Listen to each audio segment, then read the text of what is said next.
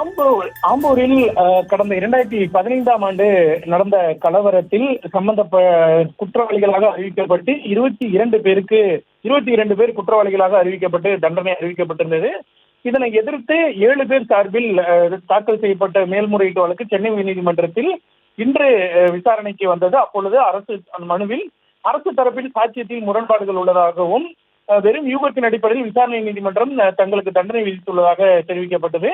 எனவே இந்த தண்டனையை நிறுத்தி வைக்க வேண்டும் என்று வாதிடப்பட்டது. இந்த வழக்கை விசாரித்த நீதிபதி டிவி தமிழ்செல்வி இந்த வழக்கில் தண்டனை விதிக்கப்பட்ட அதாவது 7 பேருக்கு 7 ஆண்டுகள் தண்டனை விதிக்கப்பட்டதை நிறுத்தி வைத்து உத்தரவிட்டார். மேலும் இந்த மேல்முறையீட்டு மனு குறித்து நவம்பர் 24ஆம் தேதிக்குள் பதிலளிக்கும்படி ஆம்பூர் போலீசாருக்கு உத்தரவிட்ட நீதிபதி விசாரணை அன்றைய தினத்திற்கு ஒத்திவைத்தார். நேற்றைய தினம் 4 பேருக்கு தண்டனை நிறுத்தி வைக்கப்பட்ட நிலையில் இன்றைய தினம் மேலும் 7 பேருக்கு தண்டனையானது நிறுத்தி வைக்கப்பட்டிருக்கிறது.